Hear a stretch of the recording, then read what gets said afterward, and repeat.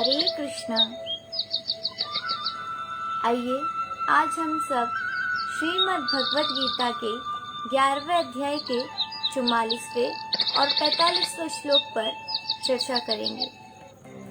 जैसा कि कल हमने 44वें श्लोक में श्रवण किया कि किस प्रकार से अर्जुन जो है भगवान से क्षमा प्रार्थना करते हैं, अपने अपराधों के लिए क्षमा मांगते हैं और फिर उनसे प्रसन्न होने के लिए कहते हैं। तो आज के 2 श्लोकों में हम देखेंगे कि किस तरह से भगवान को प्रसन्न होने के लिए कहकर अब अर्जुन भगवान के सामने क्या प्रार्थना रखते हैं।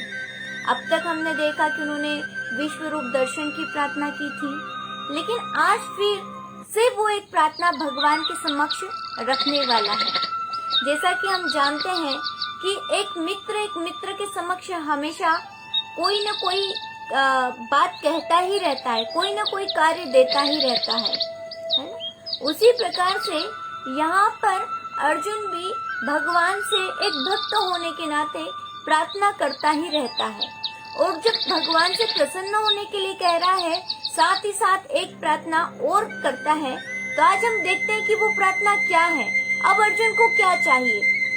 जब भगवान श्री कृष्ण ने तत्व ज्ञान की चर्चा की और तो अर्जुन के मन में भावना जगी कि भगवान आप कहाँ कहाँ पर हैं, ये बता दो कि आपका ऐश्वर्य कहाँ कहाँ तक फैला हुआ है। और जब भगवान ने अपना ऐश्वर्य बता दिया कि कहाँ कहाँ तक फैला हुआ है, तो अब अर्जुन देखना चाहते हैं कि भगवान आपका विराट स्वरूप दर्शन करा दो। और जब अब भगवान ने विराट स्वरूप भी दर्शन करा दिया, तो अब अर्जुन के मन में कौन सी भावना जग रही है, ये बात हम आज श्रीमद् भगवत गीता के 11वें अध्याय के 45वें श्लोक में श्रवण करेंगे। उसके पूर्व आइए हम छोटा सा मंगलाचरण करते हैं।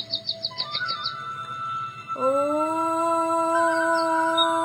नमो भगवते वासुदेवाय। ओम नमो भगवते वासुदेवाय। ओम नमो भगवते वासुदेवाय।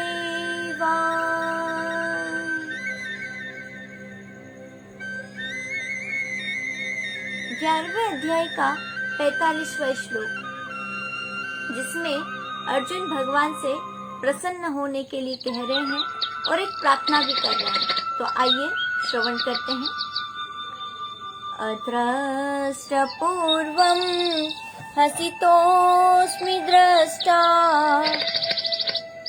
भयेन च प्रवर्तितं मनो मे, तदेव मे दर्शय देवरूपं, प्रसीद देवेश जगन्निवास, प्रसीद देवेश जगन्निवास।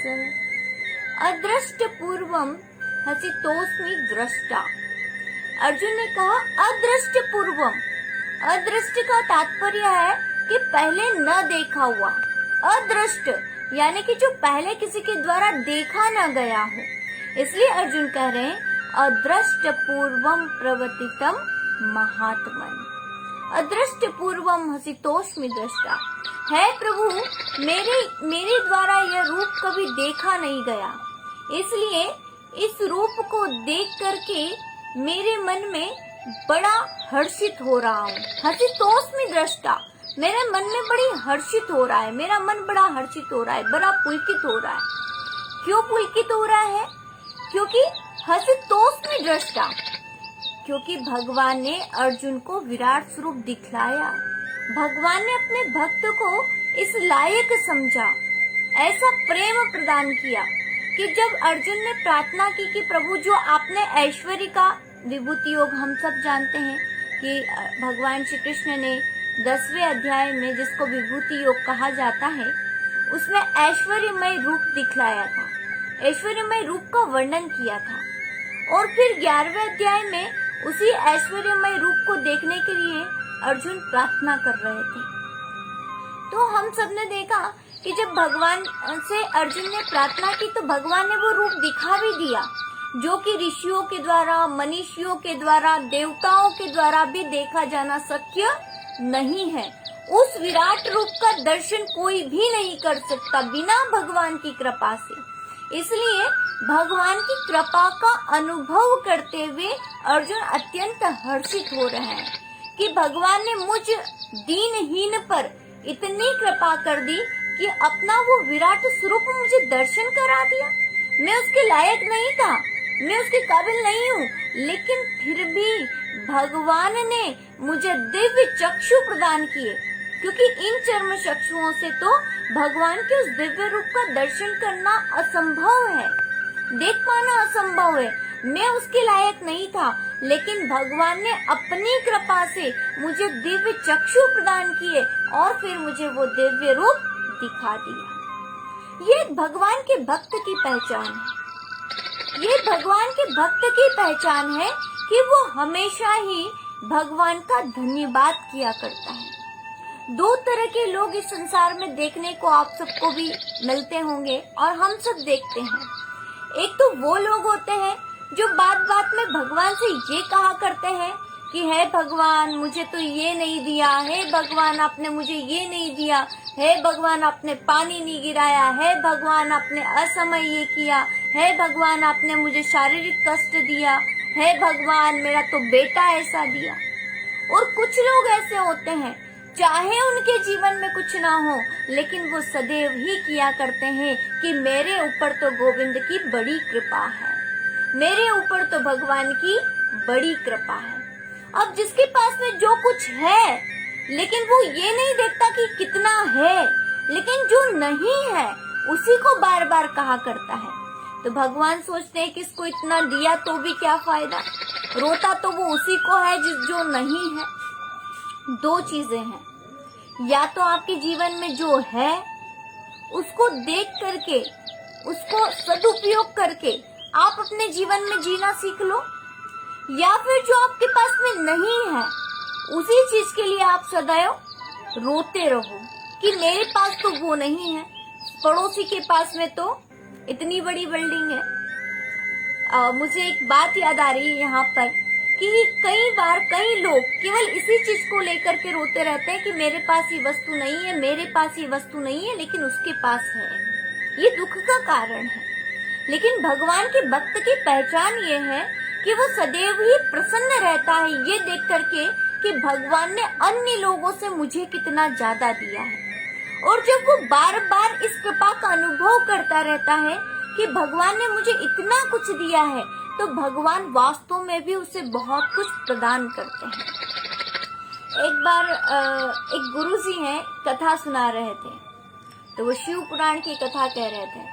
तो उन्होंने कहा कि भगवान भोलेनाथ बड़े भोले हैं, हम जो कुछ भी उनसे मांगे वो हमें प्रदान कर देते हैं। वो इतने भोले हैं कि थोड़ी सी भक्ति करो, थोड़ी सी सेवा पूजा करो, जैसे कि अभी सावन महीना चल रहा आने वाला है, तो हम सब उनकी खूब सेवा करेंगे, खूब करने वाले हैं सेवा। तो इस तरह से जब हम भगवान की सेवा करते हैं तो उससे क्या होता है, भगवान प्रसन्न होते हैं और भगवान भोलेनाथ जल्दी ही प्रसन्न हो जाते हैं और सारी इच्छाओं को पूर्ण कर देते हैं।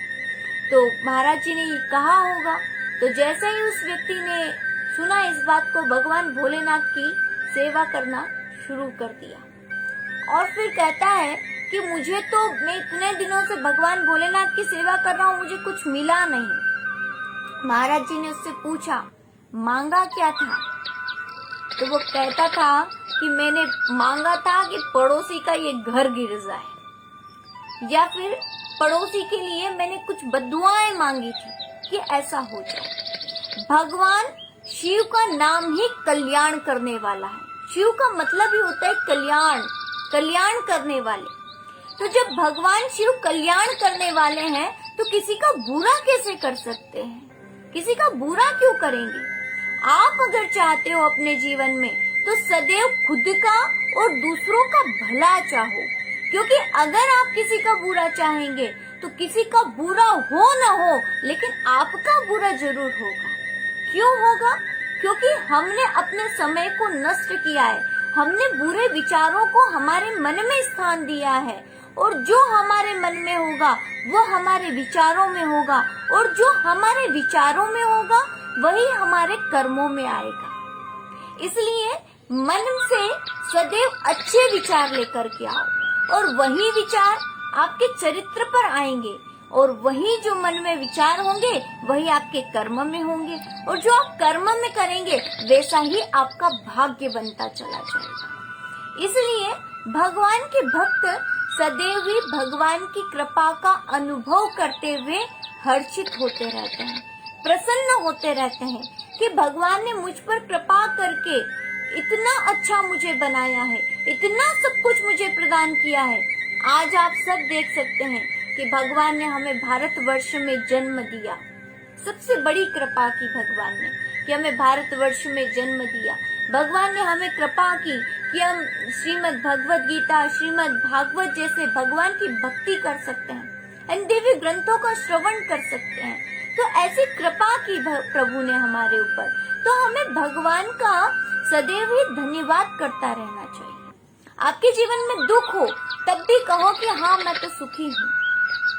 बड़ी एक और अच्छी बात मेरे मन में आती है कि जब कोई किसी से पूछता है कि आप कैसे हैं, तो आप हमेशा ही अपने दुखों की एक लंबी लिस्ट, क्योंकि हम कहेंगे हम तो बड़े प्रसन्न हैं, बड़े अच्छे हैं, तो काम नहीं चलता। ये अक्सर देखा जाता है जब बुजुर्ग अवस्था आ जाती है, जब उम्र हो जाती है। उसके पश्चात प्रत्येक व्यक्ति ये कहता है कि मेरे जीवन में तो बड़ा दुख है, मेरा शरीर साथ नहीं देता, मेरे बच्चे सुनते नहीं, मेरे जीवन में तो बड़ा कष्ट है। यही बात सुनने को मिलती है, मेरे हाथ पैर काम नहीं करते। लेकिन ये तो उम्र का प्रभाव है, ये तो चलता ही रहेगा, ये तो उम्र का प्रभाव है। लेकिन जब आप किसी से मिले तब आप ये कहें कि मैं तो बड़ा सुखी हूँ, भगवान की मुझ पर बड़ी कृपा है, मुझ पर बड़ी दया है कि मैं बैठा हूँ और आज मैं भगवान का नाम ले सकता हूँ। अगर बेटा बेटी मेरी सुनते तो मैं शायद अभी बुढ़ापे में भी, जरावस्था में भी उन्हीं में लगा रहता, उन्हीं को सोचता रहता, मेरे वृद्धावस्था बिगड़ जाती, मैं उन्हीं में लगा रहता। लेकिन भगवान की बड़ी कृपा है कि कोई मेरी नहीं सुनता, इसलिए मैं जाकर के अपने ठाकुर के पास में अपनी सुनाया करता हूँ। और जहाँ ये शरीर की बात है तो शरीर तो वृद्धावस्था है, अवस्था में तो ये चीज होती ही है। तो इस तरह से दो बातें हम कर सकते हैं, एक तो भगवान की कृपा का अनुभव करके प्रसन्न हो सकते हैं, और दूसरी बात हर बात में भगवान पर अपना वो थोप करके कि भगवान ने मुझे ये दुख क्यों दिया, भगवान ने मुझे ये दर्द क्यों दिया, भगवान है तो मुझे इतना कष्ट क्यों दिया, हम अपने कष्टों को और भी बढ़ा सकते हैं। फिर जो आपके पास कोई बैठना पसंद नहीं करेगा। लेकिन अगर आप यही बात हमेशा कहते हैं कि मैं तो बड़ा प्रसन्न हूँ, भगवान की मुझ पर बड़ी कृपा है, तो हर व्यक्ति आपके पास में आने वाला भी प्रसन्न हो जाएगा। वो आपसे मिलकर के प्रसन्न चित्त होकर के मिलेगा। क्यों? क्योंकि आप पर भगवान की कृपा है। तो उन्होंने कहा कि चलो ये अपना दुख नहीं सुनाता, ये तो हमेशा भगवान की कृपा की बात करता है, ये प्रसन्नता भरी बात करता है, इससे बात करके मन प्रसन्न हो जाता है। इसलिए एक भक्त की यही पहचान है कि वो सदैव ही भगवान की कृपा का, चाहे कितनी भी विपरीत परिस्थितियां आए, वो भगवान की कृपा का अनुभव करता है, और भगवान की कृपा का अनुभव करते हुए प्रसन्न रहता है। और फिर आप देखना भी, आप जब इस बात को अनुभव करेंगे कि आपके ऊपर भगवान की कृपा है, विपरीत परिस्थिति में भी, चाहे कितनी भी विपरीत परिस्थिति हो, तब भी अगर आप ये अनुभव करते हैं कि नहीं, भगवान मेरे साथ है, अगर मैं सत्य हूँ तो भगवान सदैव सत्य के साथ होते हैं, यानी कि भगवान सदैव मेरे साथ है, तो आप देखेंगे कि उस विपरीत परिस्थिति में भी आपको मुस्कुराने की एक वजह जरूर मिल जाएगी। उस विपरीत परिस्थिति में भी आप प्रसन्न रहना सीख लेंगे, क्योंकि आप भगवान की कृपा का अनुभव कर रहे हैं। और मैं यही कहूंगी कि पांडवों के जीवन में जितना कष्ट आया, माता कुंती के जीवन में जितना कष्ट आया, शायद उतना कष्ट हमारे जीवन में नहीं है, उतना कष्ट हमारे जीवन में नहीं है जितना माता कुंती के जीवन में था। जितना पांडवों के जीवन में था, लेकिन फिर भी वो हर समय प्रसन्न रहते थे, अपने सत्य पर, अपने धर्म पर अड़े रहते थे। और उनकी इसी निष्ठा के कारण सदैव ही भगवान उनके साथ, जब जब पांडवों पर कष्ट आया है, भगवान सदैव उनके साथ खड़े रहे हैं। जब राजा बन गए, युधिष्ठिर जब राजा बन गए, तब भगवान उन्हें छोड़ करके कहाँ चले गए? अपनी द्वारिका नगरी चले गए। लेकिन जब तक वो कष्ट में रहे, पांडव कष्ट में रहे, माता कुंती कष्ट में रही, भगवान सदैव ही उनके साथ रहे। और आप सबने भी ये देखा होगा कि जब हमारे जीवन में, एक सच्चे भक्त के जीवन में जब जब कष्ट आता है, तो वो सबको छोड़ करके भगवान का सहारा लेने जाता है, भगवान से प्रार्थना करता है। और जब वो भगवान से प्रार्थना करता है, तब आप ध्यान रखना कि चाहे उसके जीवन में चाहे कितना भी बड़ा कष्ट हो, लेकिन उसके पास में एक मुस्कुराने की वजह अवश्य होती है। इसलिए आप सबसे यही बात कहूंगी कि हर क्षण, हर परिस्थिति में, चाहे विपरीत परिस्थिति क्यों ना हो, भगवान की कृपा का अनुभव करते रहो। और विपरीत परिस्थिति में भी अगर किसी का सहारा लेना हो, तब भगवान का सहारा लेना। तो आगे देखते हैं कि अर्जुन क्या कहते हैं। अदृष्ट पूर्वम हसितोस्मि दृष्टा। मैं इस आपके रूप को देख करके बड़ा प्रसन्न हो रहा हूँ, क्योंकि कृपा करके आपने ये रूप मुझे दर्शन कराया। प्रवर्तितम और भयेन च प्रवर्तितम मनो में। लेकिन आपके इस रूप को देख करके मुझे बड़ी प्रसन्नता तो हो रही है, लेकिन साथ ही साथ में मन में भय भी हो रहा है। अब अर्जुन को भय क्यों हो रहा था? भगवान का जो रूप था, जैसा कि हमने 11वें अध्याय के प्रारंभिक श्लोकों में जो श्रवण किया था, वो कुछ इस प्रकार था। दृष्टा करालानि चते मुखानी, यानी कि जो भगवान का मुख था, वो अनेक अनेक मुख दिखाई दे रहे थे, और बड़ी बड़ी दाढ़ें दिखाई दे रही थी, और उसमें से तेजोमय प्रकाश निकलता हुआ दिखाई दे रहा था। और वो प्रकाश कैसा था? दिव्य सूर्य सहस्रस्य। वो प्रकाश जो था, वो हजारों हजारों सूर्य के समान था। जैसे मानो आकाश में हजारों सूर्य एक साथ प्रकाशित होते हैं, उस प्रकार का प्रकाश दिखाई दे रहा था। अब आप देखो कि सूर्य, अगर एक सूर्य भी आकाश में चमकता हुआ हमें दिखाई दे, एक सूर्य के प्रकाश के सामने भी हमारी चलती नहीं है। हम एक सूर्य की तरफ भी आंखें उठाकर नहीं देख पाते। तो अर्जुन के सामने जो विराट रूप था, उसमें कैसा प्रकाश था? हजारों हजारों सूर्यों के एक साथ प्रकाशित होने पर जो प्रकाश दिखाई देता है प्रभु, वही प्रकाश मुझे आपके मुख में दिखाई दे रहा है।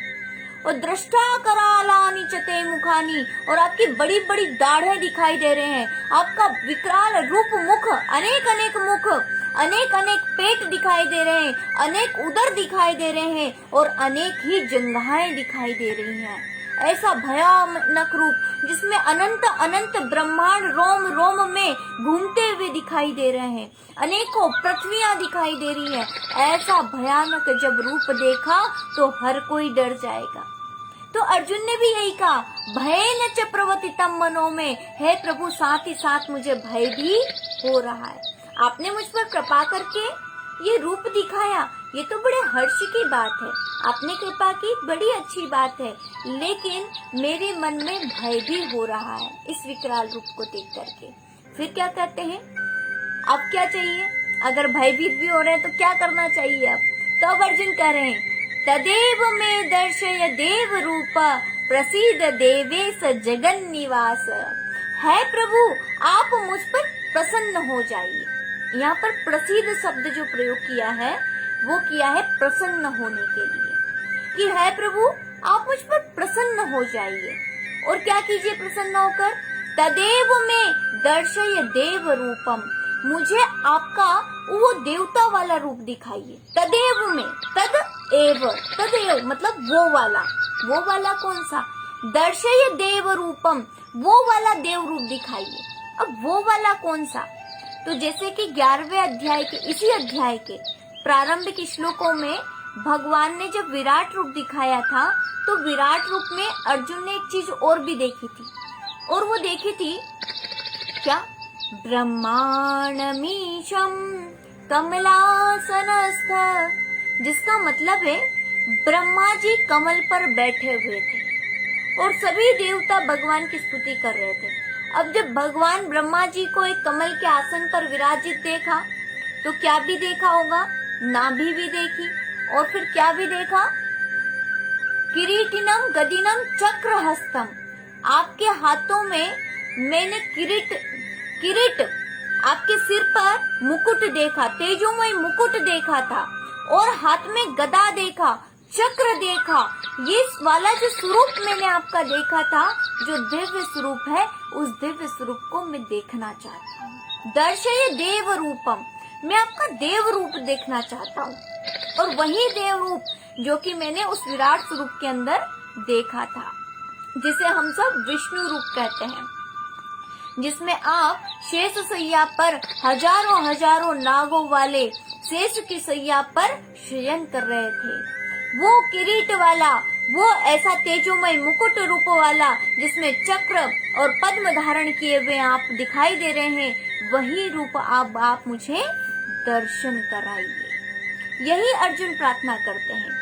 और प्रसीद देवेश जगन निवास, और है प्रभु आप मुझ पर प्रसन्न हो जाइए। तो जैसा कि हम इस श्रीमद् भगवद गीता पर इस गोरखपुर से इसका अर्थ पढ़ेंगे। जैसा कि अभी हमने अर्थ तो समझ लिया कि हे प्रभु, मैंने आपका ये पहले नहीं देखा हुआ रूप देखा है, इसको देख करके मुझे बड़ी प्रसन्नता हो रही है, मैं बड़ा हर्षित हो रहा हूँ, लेकिन साथ ही साथ मेरे मन में बड़ा भय भी हो रहा है, क्योंकि ऐसा विकराल रूप देखे जाना मेरे द्वारा शक्य नहीं है। फिर कहा तदेव में, इसलिए है प्रभु आप कृपा करके मुझे आपका देव रूप का दर्शन करा दीजिए। और आपका देव रूप कौन सा है, तो वो हम आगे देखेंगे कि अर्जुन बता रहे हैं कि कौन सा देव रूप। और फिर प्रसिद्ध देवेश जगन निवास, है प्रभु आप प्रसन्न हो जाइए। अब यहाँ पर अर्जुन ने दो शब्द प्रयोग किए भगवान के लिए, एक देवेश शब्द प्रयोग किया है और एक जगन निवास है। इस श्लोक के अर्थ में कहा, अंत में कहा प्रसिद्ध देवेश जगन निवास। तो देवेश कहने का क्या तात्पर्य है? तो देवेश कहकर कहते हैं देवों के भी ईश, जो देवताओं के द्वारा भी पूजे जाते हो उन्हें देवेश कहा जाता है, जो देवताओं के भी ईश है, यानी कि भगवान विष्णु जो है देवताओं के द्वारा भी पूजित होते हुए उन्हें दिखाई दिए थे। तो इसलिए जो भगवान का चतुर्भुज रूप है उसके लिए अर्जुन ने शब्द प्रयोग किया है देवेश। और फिर अगला जो रूप है वो अगला शब्द अर्जुन ने प्रयोग किया है जगन निवास। और जगन निवास का मतलब है इस संसार में ये पूरा जगत जिसमें निवास करता हो, यानी कि अर्जुन ने दोनों ही रूपों की वंदना कर दी। कौन से रूप की? एक तो चतुर्भुज रूप की और एक सहस्त्र भुजाओं वाले विराट रूप की, दोनों ही रूपों की अर्जुन ने यहाँ पर वंदना की है। जगन निवास यानी कि जिसके अंदर जगत निवास करता है, जिसके अंदर जगत निवास करता है, ऐसे जगन निवास प्रभु अब आप मुझे क्या कीजिए, कौन सा रूप दिखाइए? देवेश वाला रूप दिखाइए। तो आइए अगले श्लोक में हम देखते हैं कि कौन सा रूप दिखाने के लिए कहते हैं भगवान। किरीटिनम गदिनम चक्रहस्तम इच्छामि त्वां द्रष्टुमहं तथैव तेनैव रूपेण चतुर्भुजेन सहस्रबाहो भव विश्वमूर्ते, सहस्रभावो भव विश्वमूर्ते।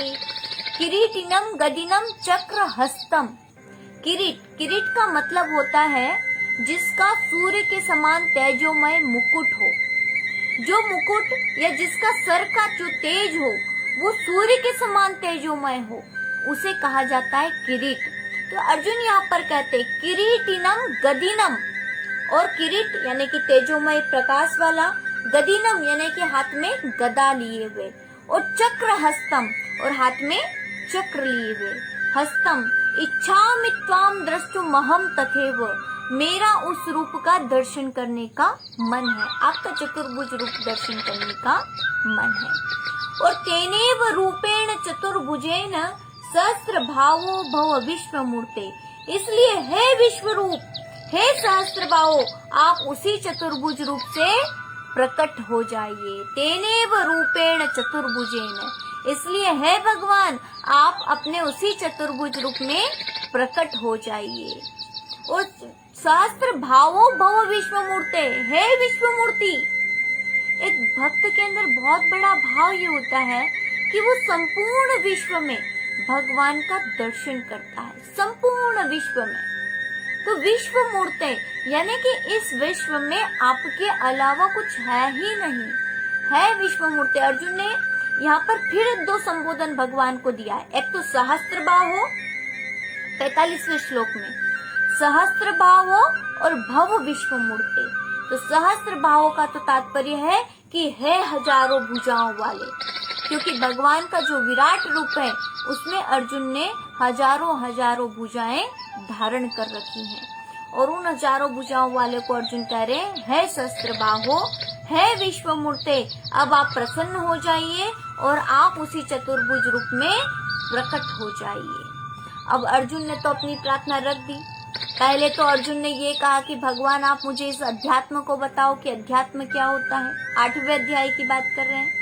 8वें अध्याय में अध्यात्म बताने को कहा, ब्रह्म क्या है ये बताओ। भगवान ने जब ये सब कुछ बता दिया तो अर्जुन कहने लगे कि भगवान आप अपने ऐश्वर्यमय रूप को दिखाओ कि आप कैसे इस संसार में कहाँ कहाँ पर स्थित हो।